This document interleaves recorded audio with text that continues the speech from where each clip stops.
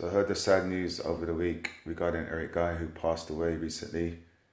For any of you guys that don't know who Eric is, Eric was a very nice guy, very funny guy, would always tell you the cheesiest jokes, but he was really, really funny, had a good heart, was always there for you.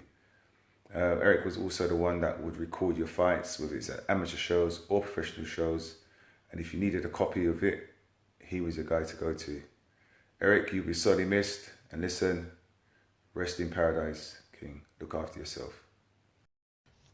Hi there, fight fans. I've got the sad news over the weekend from a gymnasium mate from the Lynn about the passing of Eric Guy. Well renowned within the boxing scene, will be deeply and sadly missed by boxers, coaches and those within the boxing fraternity, and also within the bodybuilding industry as well. I've known Eric for near enough 25 years. He filmed my first ever bout down at New Cross Social Club when I boxed Jason Locke from Crawley, won that in the first round. He even filmed my last fight down at Acacia Hall when I won on points versus Diego Burton. He filmed most of my fights.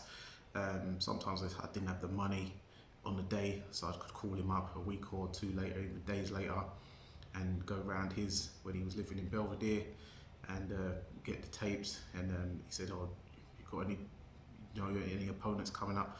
I can give you tapes on them."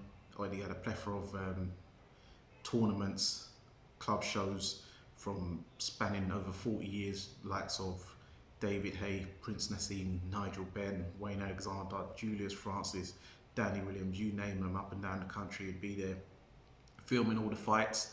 I remember he used to train down at the Skyline gym, proper bodybuilder Iron Man's gym down in Catford. Always positive spirits, always had his wisecrack jokes, even though a lot of them were stale old, reloading the dryer. One of his favourites to me was, "You're right there, Sarge. I didn't recognise you there standing up. I'm used to you being horizontal, not vertical." So, and I'm sure most of you lot will know a few other, classic Eric Guy jokes. So, yes, deepest condolences goes out to him and his family at this time.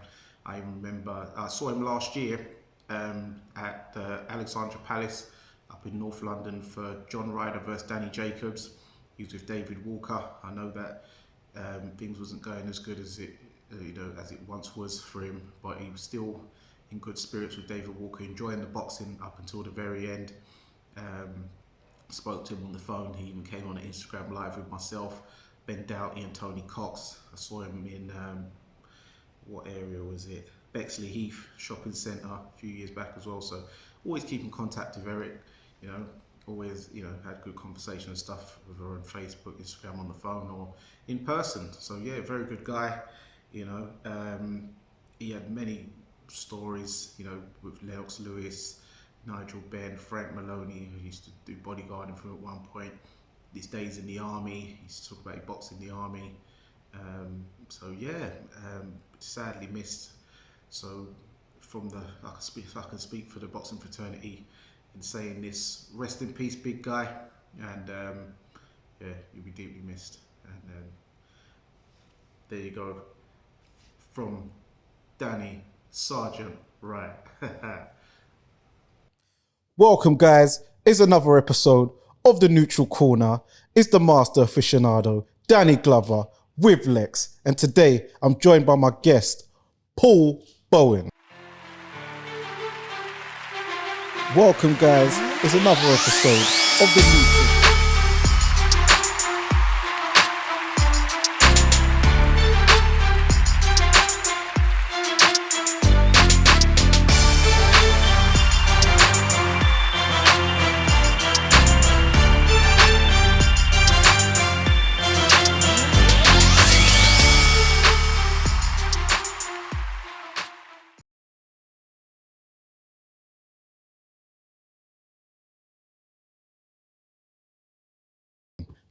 So yeah, man, how's it going? Good to have you on. Yes, not too bad, my man. Nice to see you after so many years. Yeah. What's Pandemic. up, Caleb? Sorry, man, you missed out the big case. You usually call me Big Lex. Oh no, but you're trimming down. I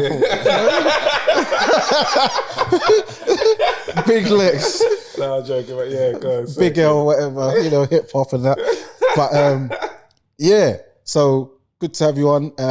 Gonna get your story, let people know more about you, those who may remember you and still know you as you're still around the boxing game and that. So yeah, man, we're gonna start from the beginning. So yeah, tell us about like where you're from, family background, and yeah, where did you grow up and stuff? Okay, so both my parents are from Barbados. Okay. Caribbean boy, yeah, island boy. So island boy. Came here in the early 60s. Both of them met on a boat on the way here. Oh yeah. We met on a boat on the way here. That's a 2-week trip. Yeah, that's a long time. You can get to know someone very quickly. Yeah, that's like Big Brother house. Yeah, it's kind of thing. Yeah. I got 5 other brothers. Yeah, 5 other brothers, no sisters. Whereabouts are you in the? I'm the 4th. Okay. I've got 2 twin brothers as well. So Is that part of the numbers, or you didn't count? so 6 in Oh, total. okay. Yeah, So six do you of count us. twins as one? Yeah, I count twins as one. Yeah. Oh wow. I grew up in East London, so where we are now. So where I actually grew up. I grew up in actually East Ham, and then I went to school in Little Ilford School as well. So that's the school I actually went to. Okay, was that secondary or primary? That was my secondary school. Primary school was Essex School I went to, which was called Essex, but it wasn't in Essex. Where was that? That was in East London as well, just down the road. Oh, okay. Yeah. Oh, okay. So how was childhood growing up in the East End. East End back in the Back in the 70s? Back in the 90s. Back in the 90s? It was good. I had fun. Yeah. Fun. It was a fun experience. I can remember. Yeah, it was just fun. It was fun growing up. Yeah. It wasn't as hard. My parents were strict anyway, so for me it was still fun. Once I was let out of the house, it was fun. Yeah. So what was school life like? What type of student was you back in school? I was very boisterous. I had a lot of energy. Yeah. I liked school, actually. I did like school. I liked to go to school. I liked to learn. But at the same time, I still had a lot of energy that I wanted to expand. Yeah. And I think that's when it kind of drifted me off into sports. I was good at mainly quite a few sports, actually. I was good at fencing. All rounder. Or I was good at football. Midfield, I used to play for the school team. I was good at athletics as well. Then I drifted off into boxing on a sly because my dad didn't allow me to box, so I kind of drifted onto that part. So what was fencing like? Because that's not a normal sport for. No, it's not. Fencing was like, obviously, you know what fencing is. Yeah, fencing is. It was just basically a one-on-one sport. So I used to like sports that were. Wait, so is that the sword stuff? Yeah. With a sword, and you score your points and get in. So I was good. I was very, very good at that. I got the silver medal for my school. Actually, I got beaten by a fellow school colleague. Beat me by 1 point. Yeah. And that was it. Yeah. So fencing. That's what fencing was all about. Okay, that's good. So did you get into any like fights in school, or was you like a model student? I remember the first kind of fight I had was in a graveyard. Settings. It was in a graveyard. which one? Next to Manor Park graveyard. Okay. Is your opponent still there? So I didn't bury them. I remember I wasn't originally to have to fight. Originally, what was meant to happen? Someone else was fighting after school. Them two were meant to have a fight. Yeah. And I felt the fight was uneven. So I knew the guy was going to get beaten up, kind of thing. So I said, look, just leave it. Just leave him alone. Just kind of leave him alone. And then he turned on me. But he didn't know the kind of character I was inside. Yeah. So outside, I look like someone that's very quiet, And a sweet boy. There you go, you said it. that I wouldn't hurt no one, kind of thing. You. But I wasn't one of those guys that go looking for trouble. But because I was trying to protect this guy, I didn't want him to get kind of beaten up. I knew he was going to get beaten up. I didn't want it to see that happen. So I kind of stepped in, and then the fight started happening between me and this guy. And he ended up worse for wear. What, Paul Bearer, Undertaker settings? So I just, because I didn't like, what I didn't like was bullies. Yeah. I didn't like that. That's one thing bullying. I didn't like is bullies. I didn't like that at all. Yeah. Unfortunately, I was a bully in school. Oh, all right, okay. Yeah, but what it was, but where it stemmed from is that I was bullied in primary school by a brother, and then that turned me into a bully. Wow. So yeah. As they say, hurt people, innit? So then I remember when I went to secondary school, I thought, I'm year 7. No one don't know each other, so I've just got to set pace on people. That way, as a defense mechanism, that way, if I punch up a couple guys, then no one's gonna move to me. So it was it was an insecure thing. So yeah. That's all you got. A lot of bullies is mental. It's a mental thing. It stems from somewhere normally. It's like Mike Tyson. Remember, he was bullied and he just turned into a savage. Yeah. So yeah. Okay. Cool. Yeah, man. So how did you get into boxing? So boxing was a very interesting for me. I used to just watch TV at home. I used to watch the late fights at night. So I think it was Dickie Davis was around at the time. So Dickie Davis time, and I think Jim Rosenthal was still around as well. At the same time. So it sounded like the 90s. Yeah, like the 90s. And I used to watch the fights come on at night, and sometimes during the daytime on Saturday daytime grandstand used to like the fights. And I used to just watch the boxing. And you just looked at it, you think, oh wow, these guys are like can do this with both their hands, just one-on-one. And I always did like stuff with one-on-one. I wasn't much of a team player. I wasn't much of a team player. I always liked to do stuff by myself, get things done by myself. I had myself to blame if it wasn't done. So this is what took me into boxing as well. I just wanted to go and try it. I wanted to go and try and see if I was good. I remember the first day that I went to try, because my dad wouldn't allow me to box. Now I'm back a little bit. My dad wouldn't allow me to box. When you say that, or did he forbid it, or? Yeah, he wouldn't. I remember I mentioned it to my mum, and my mum said it out loud in front of him, like, "Oh, you're not getting boxing." And my dad kind of caught on to think, box? What do you mean box? You ain't going no boxing or whatever, not in the Paging accent. I can't do it. Well, I can do it, but I won't do it. You know, it's it. Box. It's like go box, boy.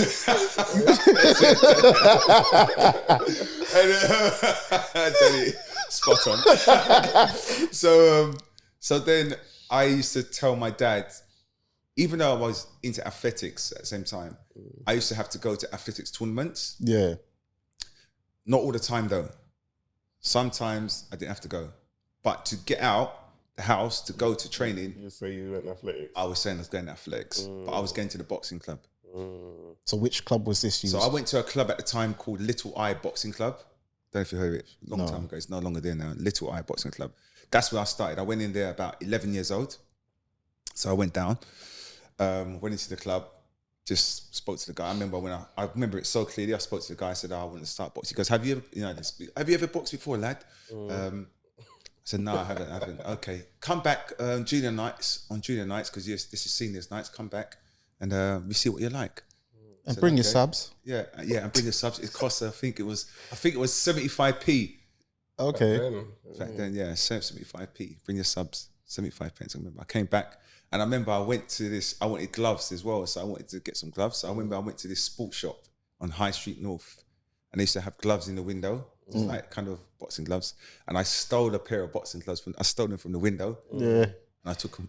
You could teeth you. I took them home. I took them home. I took the boxing gloves home, and I kept them. And I said, right, I'm going to use these now for my training. So when I went training, started there. He said, yeah, okay. He said, you look good on the bag. So he put me to spar with someone who'd already trained, experienced. Yeah. So was he carded? He was carded, yeah. Spirit guy. But I was very kind of wild. But I still know how to hold my hands and stuff like that. Yeah. So I just went in there. I just started jabbing, throwing crosses, trying to watch what I learned from watching other fights on the TV. Yeah. And then I caught him on his nose, and his nose is splattered. And he kind of just stopped in the ring, and then just stopped the sparring.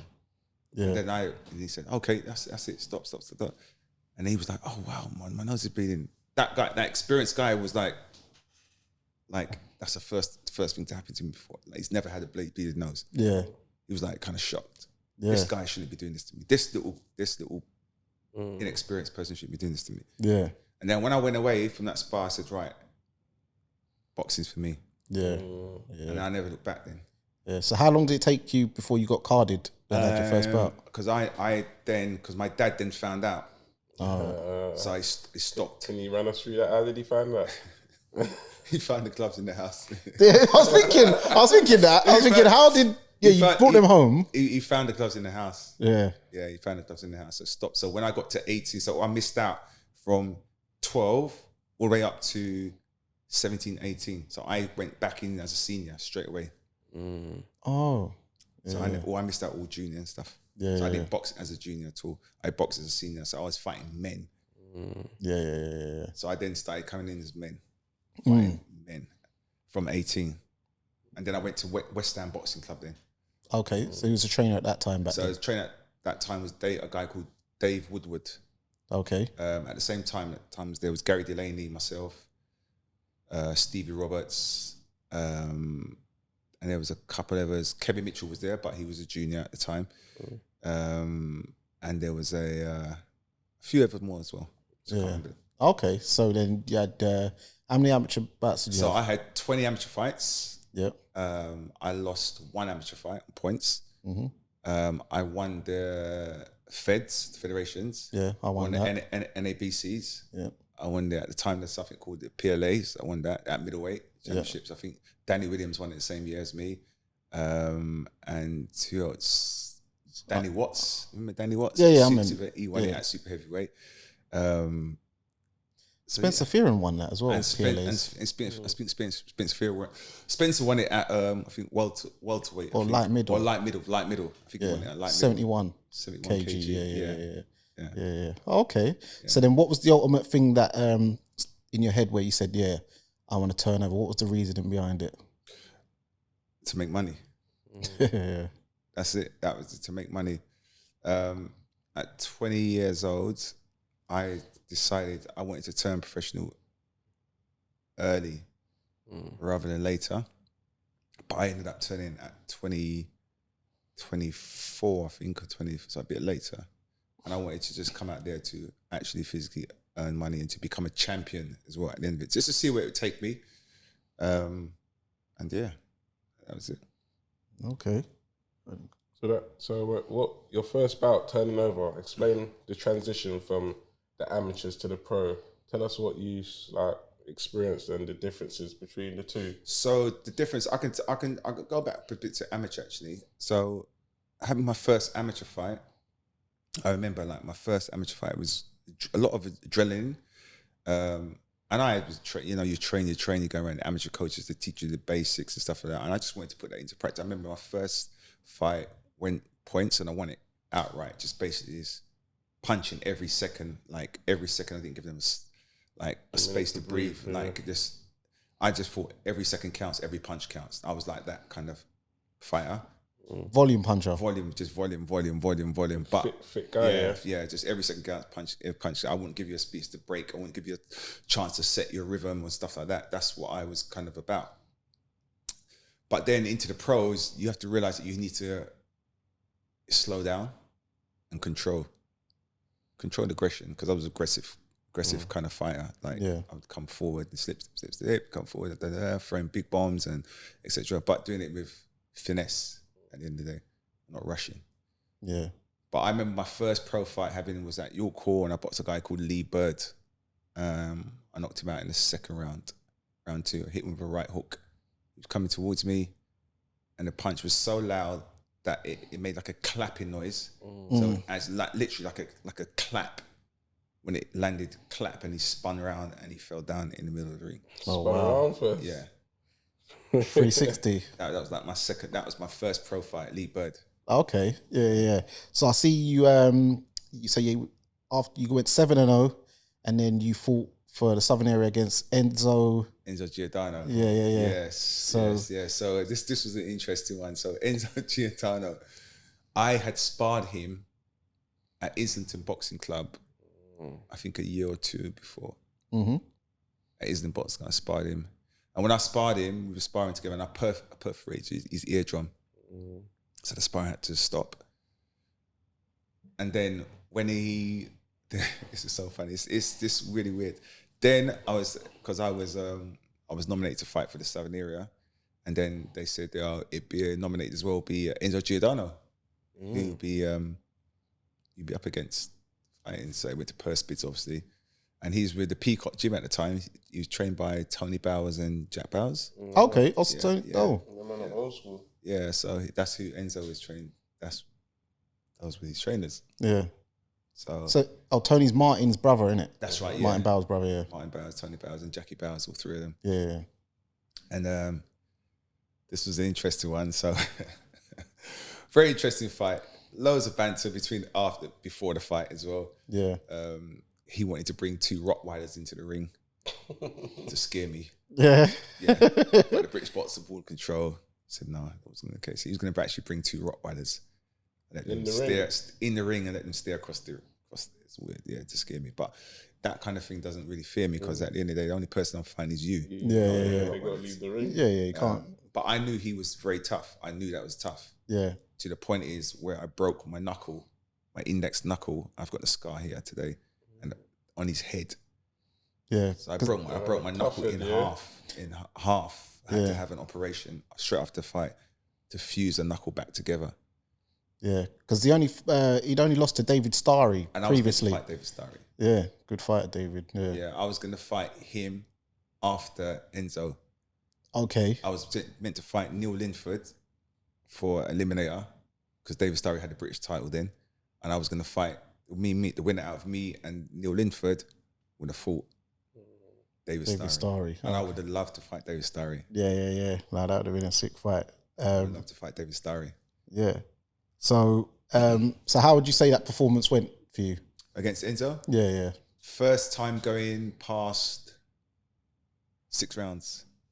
Into 10 rounds, I knocked him out. No, first time going past 4 rounds, actually. That was my first 10 rounder. Yeah. And I said, wow, this is a new experience. Yeah. My breathing, I thought, wow, I've got another 6 rounds to go here. And I had to kind of pace myself because I remember starting that fight very quick. I started quick out of came out quick on the set. I set about him straight away, stamped my authority and let him know that I'm going to take the title tonight. Kind of thing. Yeah. But he stuck in there. He took some heavy shots. And I was quite shocked that he was still there after the second knockdown. I knocked him down I hit him with, I remember this fight, I hit him with a right uppercut, right hook, left hook, right hook. And he went from one side of the ring all the way to the other side of the ring. Yeah. He touched down, but the referee never gave him a count. Yeah. Even the commentary said he should have got a count there, but he didn't. But then he came back. I was unloading. While I was unloading, he tucked up and he came back and hit me with a left hook right across, flush on my chin. Yeah. But I took it. Yeah. And then I started to trade with him, kind of thing. And then he tucked up. But the fight went well. It was just a test of my will, my guts, I think, as well. Yeah. When did you notice your hand went? What round? Second round. Second round. I heard it went like a crack. It's like, oh, you knew? Yeah, I knew. My hand was dangling because I can feel it. I can actually feel it. Even though the adrenaline, I knew it had gone. Yeah, and you can feel it kind of swelling up inside the glove. Yeah, it's like a warm, hot feeling. That's right. Yeah. I've had them ones. That's right. That's exactly right. I knew I had another 8 rounds to go. Yeah. And I had to go. So I said, if my left hand's gone, I got the right one. So then I knocked him out with the right hand, not the left hook. And that was in the last round. That was in round 10. I knocked him out. Yeah. Yeah. Final round. Yeah. Yeah. So how was that feeling when you raised the belt? It was nice. Yeah. It was nice to actually think out of coming from where I kind of come from and just thinking wow, I've actually become a champion. I didn't even set out to be one. Opportunity came, I took it. And then I wanted to go in to fight for the British title. That's what I wanted to fight for, the British, because there was stages. Because at the time, my manager said, right, we have a plan. Southern area, British, Commonwealth, European, and then if it comes along, Let's go for the World. So who was your manager at the time? It was Peter De Freitas at the time. Peter De Freitas was Nigel's manager at the time. Yeah. At the time. Remember Peter De Freitas? Yeah, I think vaguely. Yeah, vaguely. So he was like around the same time as like sort of like Ambrose Mendy and all them kind of all those. Yeah. Same time. And then you fought 2 fights later. You fought Matthew Barney. I fought Matthew Barney, the spoiler. Yeah. He didn't want to fight. I boxed him on the same night as Joe Calzaki's show. That was up in Cardiff. Yeah. He just kept grabbing my arms and tying my arms up. Made it such a horrible fight for me. And I'm quite surprised that they gave it a draw because he wasn't doing nothing. He didn't want to fight. He just wanted to tie my arms up. And for me, at the time, I didn't know how to deal with that kind of thing because I like people that engage and fight. But he would just tie me up. Every time I got unleashed, tie my hands up. And the referee wouldn't even give me no warning. Yeah. And then Any points off? No. For me, the fight, that was one of my worst performances. Yeah, but if you remember, Matthew Barney, he knew because remember he took Carl Froch the distance, he was spoiling it. Froch couldn't get off on him. No, Froch. Yes. I remember that on the BBC. Yeah, and he kind of, I think anyone that can punch hard and dig, he would just tie you up. And allow you to room. I think that was for like the Commonwealth. That fight. That's right. Froch. Yeah. So Matthew Barney was a wily old. You know, he was smart. He was a smart guy, but I could have dealt with that a lot better. Bit better. Yeah. If you could turn the clock back, what would you have done different in that fight? I would have let him come to me. Because I wasn't just a forward fighter. I could also box on the back foot. Yeah. And Matthew, he went on to win the British, WBU, and even fought for the European title in Germany when he lost to what's his name, Thomas Ulrich. All right. Yeah. Yeah. So it's what it's a good but fight. That could have been me. Yeah, that could have been you. Yeah, that could have been me. Yeah. So you had a few more wins after that. Then you fought the South African Ruben Grenawald. Funny enough, there's another fighter who Carl Froch fought as well, but he stopped him. I think he boxed. Was it Carl Froch? Yeah. Boxed Carl Froch. Yeah. So how did that fight get made? Okay, so this was when this is where there was a weight issue with myself. So they wanted me to come down to middleweight for that fight. Okay, they wanted me to come down, and I'm a super middleweight. I was always boxing at super middleweight, so they wanted me. The only time they set that fight is if it was at middleweight. So they wanted me to drain down to middleweight, which I shouldn't have done. 8 pounds. Yeah, so I came down to middleweight. Like I literally come down to middleweight. Even my cousin at the time, not Nigel, his brother, said to me, he said, "You know what?" He said, you're too small. Look at all your muscle. You've lost all your muscle. And I went in and took the fight. I shouldn't have taken the fight, but I took it. Was it? And did you take in a belief thinking that you'd win it? Thinking be stronger.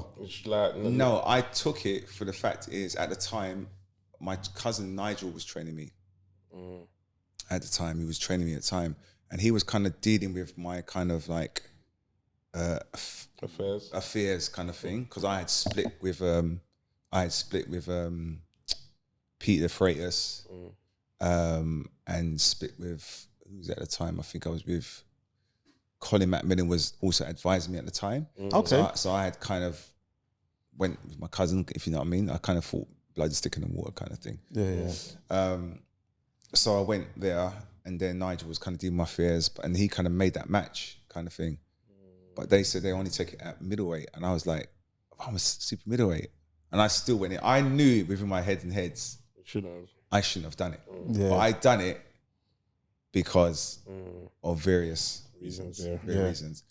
But in saying all that, when the fight was over, Grenwood's trainer, Johnny Eames at the time, and Frank Maloney at the time, it was called Frank Maloney at the time, held me in the ring. God is my witness here. Held me in the ring and said, "You know what? You won the fight." Yeah. You won the fight. They held me by my hands. Said, even though they said you won the fight. Yeah. And from that day, when I left the ring, I said, at least these guys are honest. Yeah. They told me that. So on my best day, at my real weight, he would not have lasted with me. I know that for a fact. Yeah. And remember, Even to the point is, I then sent him, Greenwald, a message once and said, listen, let's fight again at my weight, higher weight. And what did he say? He said, okay, we can fight. But I just never got around to it. Yeah. And remember, he beat OJ Abrahams 2 fights before, and he went on to beat Anthony Farnell for the WBU. So yeah, he was a good fighter, man. He's a good fighter. He's good. Even David Hayes said to me as well. David Hayes said to me, yeah, Ruben was a good fighter, but yeah, you know. Yeah. So then you had like 3 more fights between 2002 and 2010. Why was there such inactivity? What was happening? Injuries. Okay. Injuries. Your hand? My hands. Yeah, because I see both your hands. Both my hands, yeah. My knuckles, like that one got like a there. You said one of the knuckles got pushed back. Pushed right back all the way down to here. It's just made its way up. It's not even really sitting down on one. Yeah. Flush here. Yeah. So I had a lot of injuries here, and then I had a shoulder operation. Yeah. Because you was, anyone who's seen you box, you was a big puncher. Yeah. Like your cousin Nigel. So it must be a family trait. Those who don't know, your cousins with Nigel Benn, first cousin. So I know that there's is it your mum or who is it? Someone's got a shop out in Barbados still, because I've got some Bajan friends and he said there's a woman with a shop still out there. Yeah. That's Nigel's dad's sister. Okay. Yeah. That's Nigel's dad's sister. Yeah, because I've got some Bajan friends, they said they still like The shop the is Ben's, red and white. yeah. The Ben name's big out there. Nigel, So yeah. So Nigel's mum, who's recently passed, my aunt, and my dad, who's passed as well, are sisters and brothers. Yeah. Yeah. So what was it like growing up with Nigel and like boxing, when he was boxing and stuff like that? It was actually interesting. It was, as a matter of fact, I'll tell you this story actually. I got done for shoplifting one day. What, for the gloves? but something else. So I went to Ilford. On my lunch break. Me and another guy called Daniel, a school friend of mine. Not me. And we went and we went down, you know, just to Ilford Market shopping centre. I think at that time it was called CNA store. Okay. And we went in there, and I had nicked like a carriage clock, like, you know, there's little carriage gold clocks that you put on I remember seeing it, and it had the little flowers. Yeah, it had like a C and then the A at the end. Yeah. And then they used to have like the retails, they have the clothing, and I took a little old school. I took a carriage clock. Yeah, and they remember the mongoose jackets. I don't know if you remember the mongoose jackets. Just a mongoose, it used to be half here, and you used to have fur around it. White fur in the back, like a mongoose, and you throw it over your head. So it's like old school Canada Goose. So I had one of those on. Yeah. And I stole the clock. So cut the story short, I come out of it with the clock. I'm walking down, coming out the market. I see this guy walking towards me. Like, it's this guy, these 2 guys walking towards me, just walking towards me. My friend is talking, but they're walking directly towards me. I said, you branch off that way. They come straight and said, flash the card, it's CID, mate. Can you come over? I said, oh my God. So he ran. Yeah. So then they arrested me, took me to Ilford police station. Yeah. I remember it. I went to Ilford police station. So the first thing they said, see, I'm underage. Could you call your parents? I said, no chance. Parents. I said, boy, my dad would roast me to death. I said, no, I can't call my parents. So I'm an orphan. What I done is, I said, my aunt lived in Ilford, Nigel's mum. So I said, oh, my aunt's the only one that's in at the moment, so I can give you my aunt's number to come and get me, hoping that my aunt will come and get me. Yeah. So I said, all right, put me in a cell, waiting for the come out now. Yeah, I see come. Nigel. Oh. And that was his first year as a Dark Destroyer. Okay. First year as a Dark Destroyer. And you know, he had the shaven sides and the Mohican. Oh yeah. Jerry curl on top. The blade trim. Yeah, the blade trim. Yeah. He came, and I remember he looked at me. He didn't say nothing. He just slapped me in my face. Oh, right. In front of the officer. In those days, you could slap. Yeah. Yeah. Wallop. One slap. I'll never forget it. Yeah. He said, what do you think you're doing?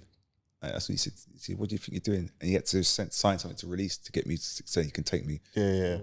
And then I remember him saying to me in a car, he was dropping me home. He said, don't ever do that again. Listen, he said, listen, come train. That's what he said to me, come train.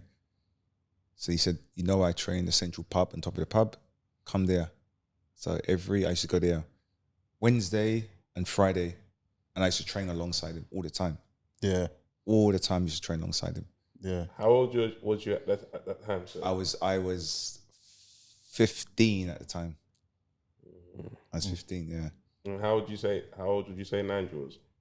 Nigel was about 24. Yeah, because he's 24. Big cuz. Yeah. He's 24. Okay. He was Yeah. 24 at the time. First year's Dart Destroyer. First, second year Dart Destroyer. Yeah, that's why I gave you the Ross clapping you. Big up, Nigel. And I never forget it. And it stuck with me. Even at my aunt's funeral, I reminded him, and he said, yes, I remember. He said, I remember. He said, yes, he remembered. And then from then on, I just started training with him. And it's just, he just started to talk to me about stuff as well. At the same time, tell me about the boxing game. And then I started sparring with him. And things like that. Yeah. Would you say that moment brought you closer? Yeah, I was very close to Nigel. Anyway, I was very close to him. He was very he kind of looked out for me a lot as well. So yeah, we was very close. Yeah. So tell us about some of the training stories, because I know you used to train with Nigel and with Tony Sims. Yeah. Yeah. So tell us about those days. It's very. You must have seen some good spars. Yeah. So Well, he was involved in them as well. I was trained Nigel when Nigel fought a couple. It was with Matchroom at the time. I used to go down to Matchroom stable, spar with Nigel along with Tony Sims, and Tony Sims was a sparring partner as well. Good spars, because obviously Nigel was preparing for his fights. Then I think Dan Sherry was one, Hector Lozano was the other one. I even sparred with Nigel for preparing him for the Gerald McLennan fight. Oh wow! I went out to Tenerife. Yeah. So you ran up Mount TD. I ran up Mount TD with Nigel. I did that. When I was a chief sparring partner for Wayne Alexander. See? High altitude. And Serious. it's actually Jimmy serious. Yellop. Yeah. Yeah, he used to run that TKO gym out there. TKO, that's right. Yeah, TKO Yeah. Rest in peace, Jimmy. Yeah. Yeah. But it was such a nice experience as well. The spars with him. And I used to feel those spars, the punch, even though he's like, he didn't hold back. He didn't hold back. Family. He didn't hold back. Yeah. And his words were to me was, this is the hurt business. That's all he used to say to me. He just unleashed the blows on me. And then it rubbed off on me. So when I used to spar, licking them down, I didn't used to play around. You see what I just said? Hurt people. See what I'm saying? Yeah. See what I'm saying? Yeah. So you're thinking, now I've got to get them before you get, because you know what it felt like to hold them digs. So now you've got to dig them. So that's what happens. Yeah, it does. I totally agree. So when I used to spar with people now, I wasn't into this tappy sparring. Spar. Technical sparring. Technical sparring, but we're sparring like kind of if we're kind of properly, not like, oh, you kind of hit this and then hit this and then hit this kind of player and then move away and then come back in. Not like a play sparring. Choreographed. Exactly, choreographed sparring. It was sparring. Yeah, that's so when I was there, Tony Sims was there, and Tony was sparring. Tony would give as good as he gets as big well. Up. So big up to Tony there. Yeah, big up Tony. Yeah.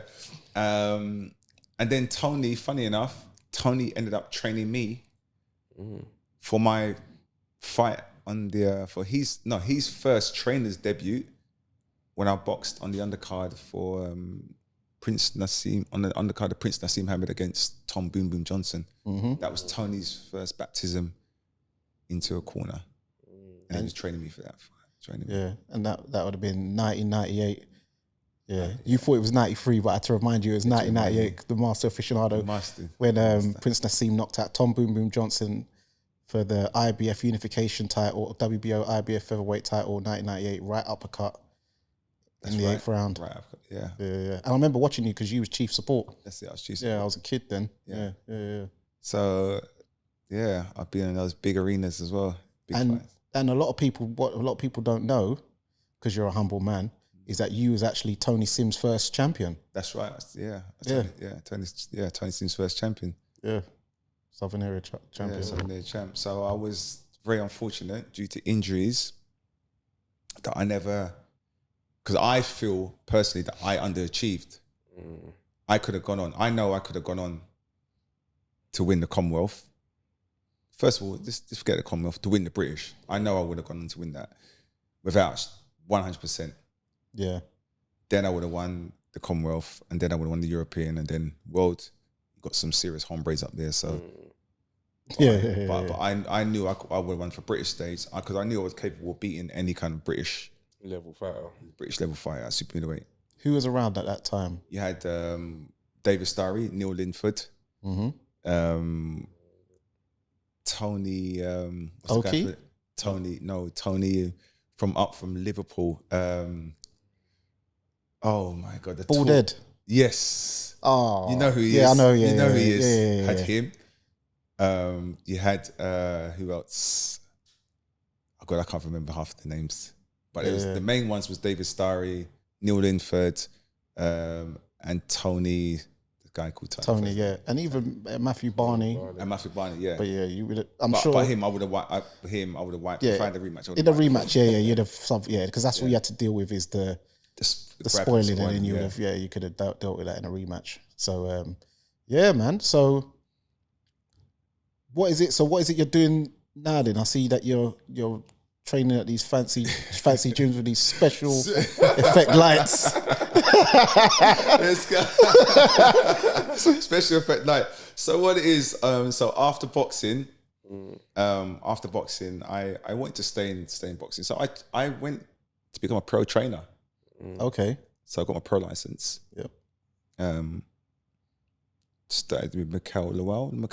Yep. He's fighting soon for the British. Fighting soon for the British. He's defending his British. I think he's defending. No, it's vacant. It's vacant. Yeah. Chris Billam-Smith vacated. Oh yes, that's right. Sorry. So I had Mikhail Lowell as my first pro fighter. First pro fighter. Training for his first 2 fights. And then to be honest, there's no money as a trainer for me at the early stages. I couldn't commit to giving him 100%, just for selfish reasons as well. Mm-hmm. Obviously, you got to earn. And, if you're not earning, you're not going to be a happy trainer training your fighter. Yeah, you're going to be thinking, oh God, I'm doing this, but what am I really earning? As much as I like, he's a really nice guy, got good potential, and he's done well up until now. I just had to kind of step back and relinquish him, and let him go to someone that can give him that 100%, because I couldn't do it at the time. Yeah. So then, obviously, I went into teaching. So when I went into teaching, I went to sign up with places. I started with BXR. Have you heard of BXR London? Yeah, BXR in Marylebone. Craig trains up there. Yeah, so BXR. So Gary Logan's the head there. Dion Juma's gym. Yes, Dion Juma's there. Yeah, so Dion Juma's there. Ahmet Patterson's there. Yeah, Ahmet Patterson. Yeah. So all those guys are there. Yeah, that's my wife's cousin. Oh, right, okay. Yeah, who else is up there? Well, yeah, Dan Lawrence trains a lot of people. Dan Lawrence, Samuel Ness as well. Mm-hmm. Yeah, so those guys are all there. So I went there, I started teaching classes and stuff like that. I wanted to stay in the game. So I said, all right, let me start teaching, and showing these guys, because I went to stay in sport. Because I could have gone back to work actually as a, because I was working accounts as well. So I'd done accounts and stuff like that. So I was going to go back to work. Counselling. Accounts and stuff. Oh, accounts, okay. Yeah, so working as like finance, doing accounts payable, accounts receivables and stuff. Oh, like accounts, that. Yeah. But I didn't want to do that no more. I didn't want to do that. Think about it. You're boxing on Sky, Sky Sports, Fight Night, and then all of a sudden, taken away. You're gone back sitting behind the desk, plucking away. You're thinking, this can't be real. But it's reality. That reminds me of a scene in Incredibles. I don't know if you lot watched that. No. cartoon. But yeah, he's a superhero, and then he goes to sitting by the desk and he can't do it no more. And he just Yeah, he can't do it. So I said, I need to stay in the game. I've got a lot to offer. In the game. Even people were saying to me, you got a lot to offer, so you should be in the game. Yeah. So that's what I done. So then I just jacked it on the head, and then I went full time into teaching, and then I just recently got promoted to assistant general manager.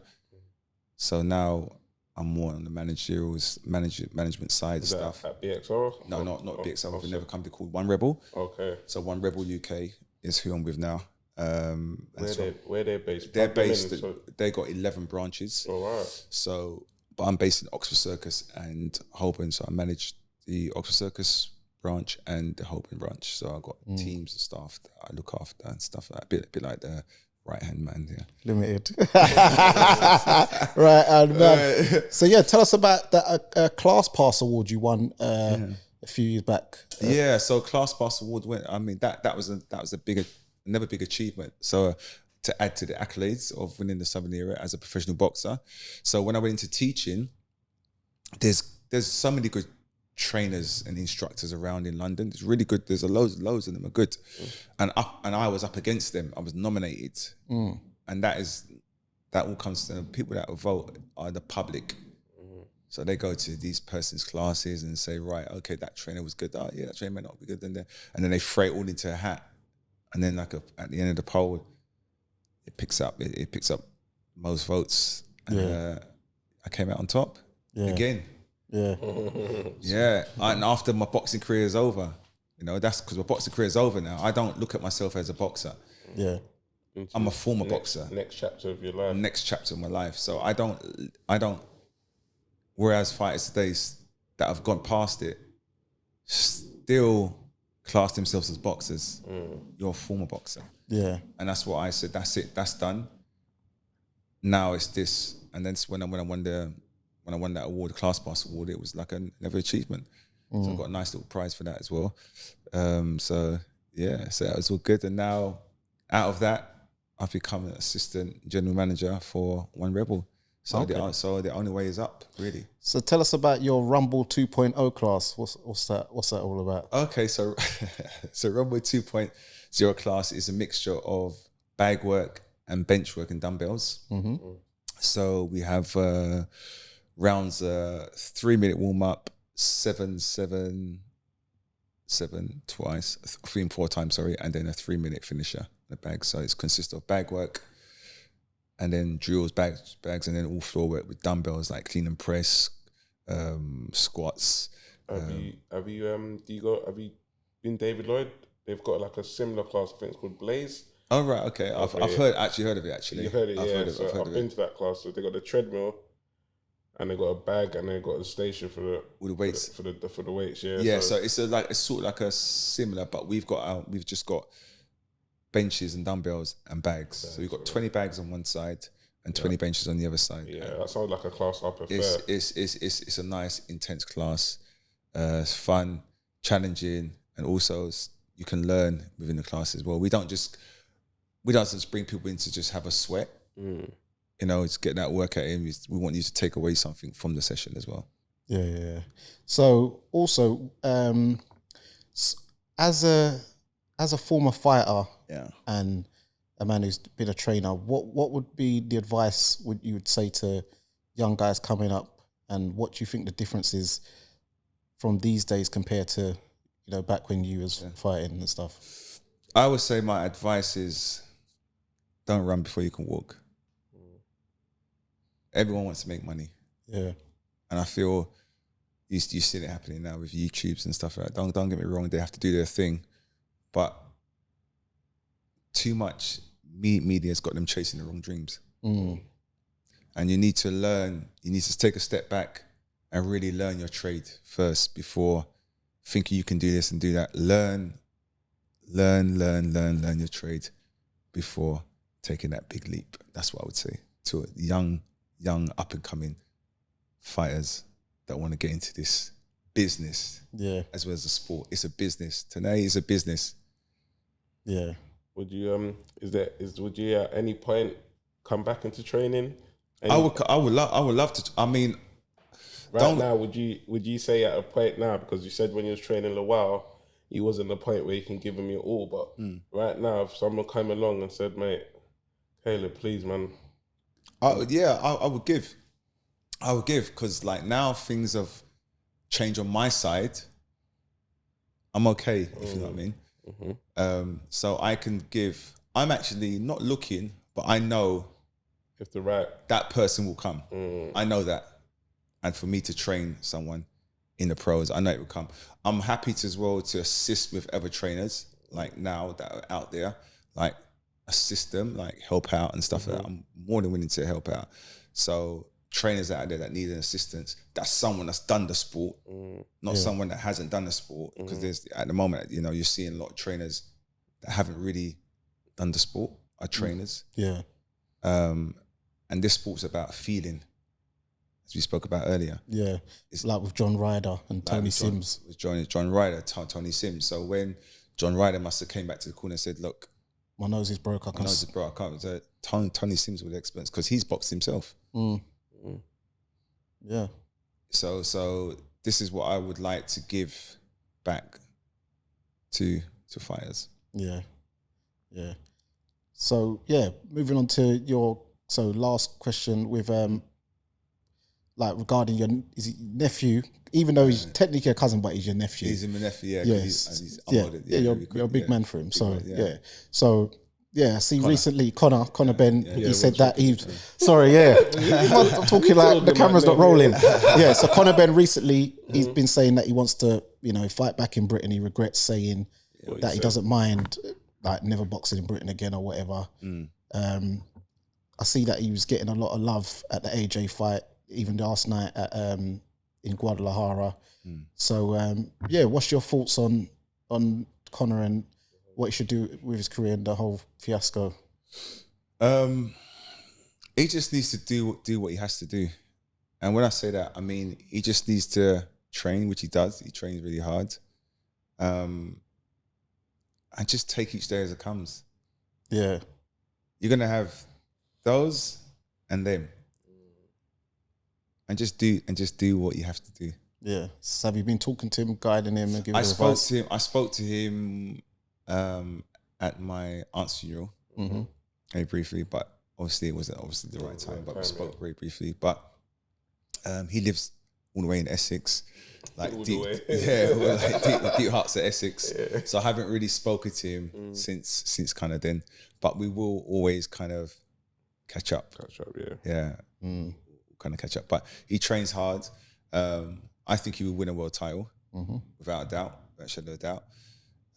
He's got the ability, he's got the determination, and he's got heart, he's got guts. Yeah.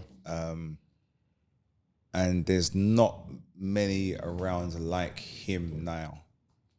You know what I mean? With that kind of package. That pedigree, yeah, that kind of makeup. Because in this boxing game, you've got to have something slightly abnormal about you. Yeah. Okay, you've got to have something that's not quite right. So when you go in that ring, you switch off. There's a switch that switches. Yeah, the term nowadays they say you got to be a bit tapped. Yeah, a little bit tapped. And I've always said that there's this kind of thing. It's saying like Nigel had it as well. It's like a kind of switch. Like even I got it when I went in the ring. It's like a switch. It switches on. Like outside, I come out. You think if I put normal clothes on, you look at me and you think, this guy ain't no boxer. That Golovkin effect. Yeah. But there's a certain switch that goes, and when you go in there, it's like, and he's got that, and I think he will win a world title. Yeah. He's on the right path anyway, but he just needs to get this. Well, it will never leave him. It's like tarnished. It kind of smudged his name, kind of thing. People will think what they want to think. It is what it is. Yeah, you just got to get over this storm and then carry on. And the longer your career goes, it kind of fades away. It blows over. And people it will blow over. People remember it, but they never speak about it again. Yeah. You know, they remember it. Oh right, yeah. But then they speak about that because people always remember via your last fight. So if he was to fight Oh yeah, that fight. They remember you via your last fight. Yeah. After so many years, they remember you after that last Look fight. at Canelo, for example. No one's talking about the contaminated meat. Yeah, Tyson Fury. It is what it is, man. But we wish Conor the best, you know what I mean? Yeah. You know what I mean? He's a good matchroom fighter. Yeah, and he's training with my old trainer. Yeah. So you see how life is. See how life is. Yeah. It's funny, isn't it? Nigel trains me, then I so forth, sparring partner Tony, then Tony then trains me, and then Tony now ends up training my. It's mad. Yeah, train your nephew. So yeah, man, So that's crazy. good. So yeah, man. So where's it? Oh no, we got to get onto the penultimate round. Do you have any other questions? No. Okay, so the penultimate round. Mate, brace yourself. You know how? No, he watches the show. Yeah, I know. He stitches people up. I always got to give the disclaimer. He watches it. So here we go. I got my guard up. My guard's up. So red corner or blue corner? Blue. Left hook or straight right? Left hook. Everlast or Fly? Everlast. Cleto Rays or Grants? Raise. Rival or Winning? Rivals. Whatever happened to them BBE gloves though back in the day? Those from the 1960s. Oh, is it? Those from the 60s, BBEs, Yeah. and then they brought him up until the 1980s, I think. Yeah, Then yeah. that was it, then they stopped. Yeah. Nike boots or Adidas boots? Like, Everlast boots or Lonsdale boots? Everlast. York Hall or Royal Albert Hall? I box at both. I say York Hall. O2 Arena or Copper Box? O2 Arena. Tupac or Biggie? Tupac. Nas or Jay-Z? Jay-Z. Oh, mate, Ali or Tyson? Tyson. Jack Johnson or Joe Lewis? Joe Louis. Ray Robinson or Ray Leonard? Ray Robinson. Michael Buffer or Jimmy Lennon Jr.? Michael Buffer. Mike Goodall or Bob Alexander? Mike Goodall. Mills Lane or Steve Willis? Mills Lane. Yeah. Spence or Crawford? Crawford. Beterbiev or Bivol? Batavia. Jamel Charlo or Tim Tszyu? Charlo. Okay. Devin Haney or Lomachenko coming up? Haney. Yeah. Canelo or David Benavidez? the Mexican monster. Canelo. Listen, I'm telling guys, I've been saying for the past couple of years, David Benavidez is going to beat him. And go look at last night's performance. The work rate of Benavidez will beat him on points. Remember I said that. Yeah. But Canelo is still the face of boxing. That entrance was serious. Yeah, he's sick. Lawrence Okoli or Richard Riakporhe, sorry. Riakporhe. I like Riakporhe. Yeah, I really like it. Yeah. I like Riakporhe. I like Riakporhe. He's a very humble guy.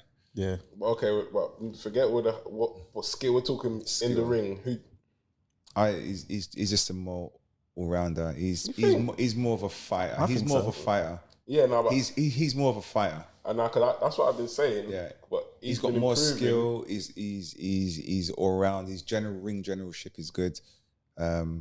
Good body shots, head shots. Good, he's got a variety of good shots, and he wants to fight, and he fights. He doesn't fight for like 1 or 2 minutes and then goes for he fights.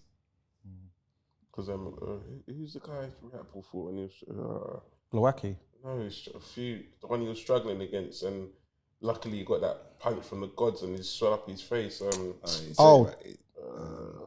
Jack Massey. No, not Massey. From Manchester boy, trains with his name.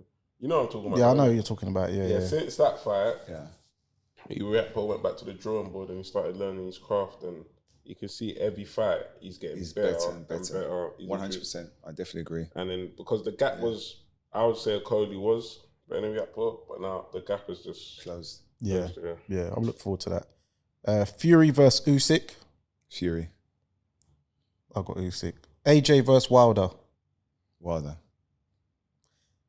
Gervonta Davis versus Shakur Stevenson. Good fight. I go for Tank.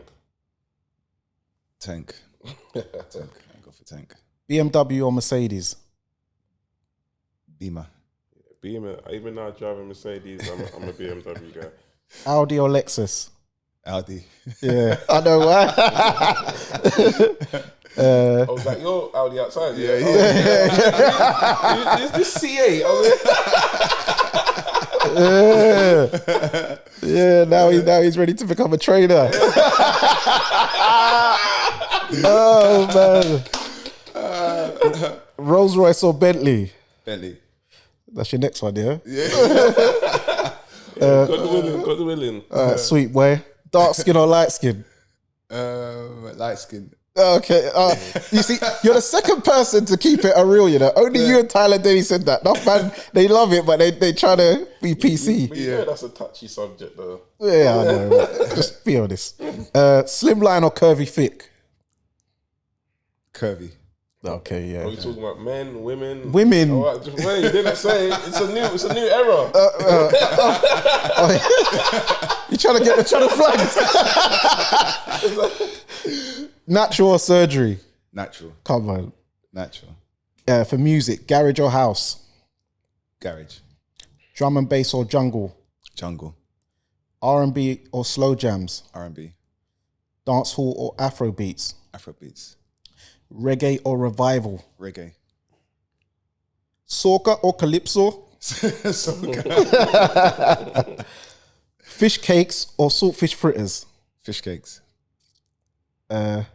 Cuckoo and flying fish or Seuss? It's cuckoo flying fish. Yeah. That's the staple for you, man. Moby or Sorrel? Movie. Okay, good. Also, what I want to know, can you explain to us, well, me as a Jamaican, why are Bajans so shook of Aki? I don't know, because I eat ackee. Do you? Because all Bajans like, no, I don't, poisonous, I don't eat that. It grows and then they don't eat it. No, I eat ackee. Oh, do you? Oh, Yeah. I eat oh, ackee. you're the first I like one. ackee. What about monkey? Monkey. What you saying? You man skinny monkeys. In Barbados and St. Kitts, they eat monkey in it. No, that's Come on, let's keep put dirt on you man's no, let's keep it above. We saying disclaimer, they don't do that, yeah? In the comment section, all my Caribbeans, especially Bajans and St. Kitts ones, tell the truth. Skin the monkey and let's get busy. Oh, mate, this is what I've heard. Too funny, Chinese or Indian food? Chinese. Mount Gay or Cockspur rum? Cockspur. Rah, really? Rah, Mount Gay, yeah. But you're that's like the original though. Yeah, Cockspur. Evian or Volvic? Evian. Voss or Fiji? Fiji. City life or countryside life? Countryside. America or Dubai? Dubai. Irish Moss or Guinness Punch? Guinness Punch. Matchroom or Queensbury? I was just thinking in my head, that's mad. What? I was thinking, are you going to say matchroom thing and you just said it, that's mad. Yeah, the powers, man. The powers. Matchroom or Queensbury, sorry. Matchroom. Oh, I was with Matchroom as well. Oh, yeah, makes sense. Wasserman or Boxer? Boxer. I like what they're doing. Top Rank or PBC? Top Rank.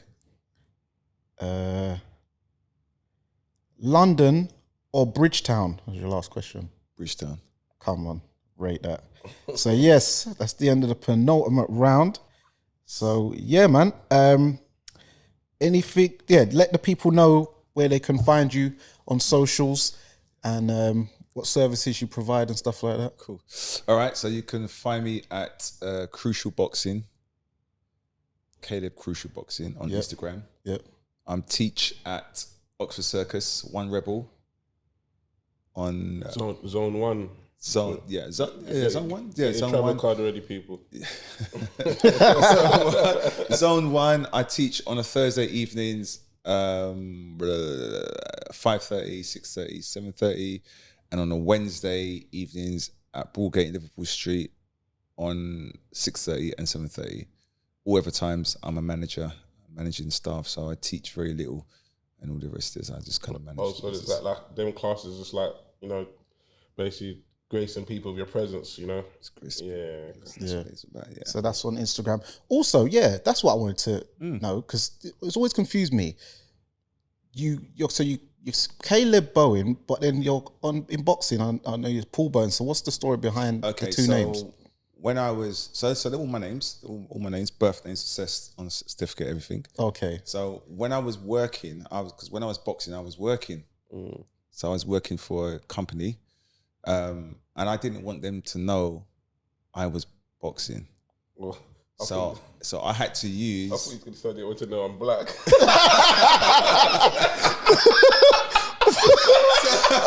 So imagine it's Caleb and I'm Paul. So I had to use my middle name, Paul, for when I was kind of boxing. Oh, okay.